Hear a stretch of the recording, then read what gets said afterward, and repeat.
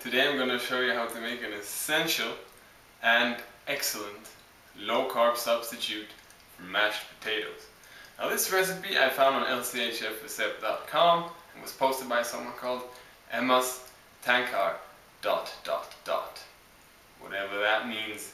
The important thing is we're grateful, because on the low-carb diet the potato is a no-no.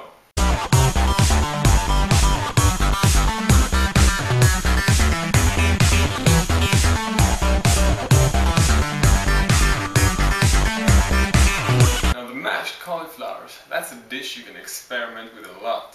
For instance, in this video you'll get to see me make it with broccoli and horseradish, but you can make it pretty much any way you want it, just the way you made your mashed potatoes, for instance. And also I like this dish a lot because it shows you that the low carb substitute can sometimes even be made faster than the real deal, because as we know, potatoes they just never seem to get done when you try to boil them. Take one cauliflower head, which means about half a kilo, remove the leaves and boil them up in a pot with water.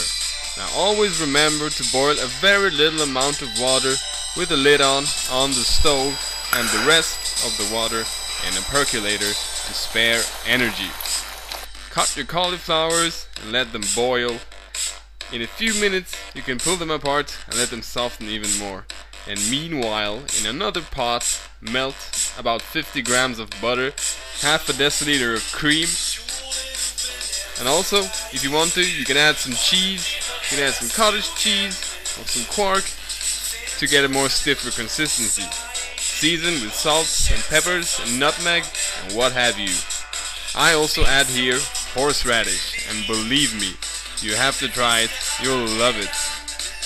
Now, if you have a proper blender with sharp knives, you need not boil the cauliflower for so long. I only had a simple mixer, so I let them sit on the stove until they get properly soft. But then, it's mixing time. Next, boil up that broccoli. And they also need just a few minutes, even less than the cauliflowers if you cut them thinly.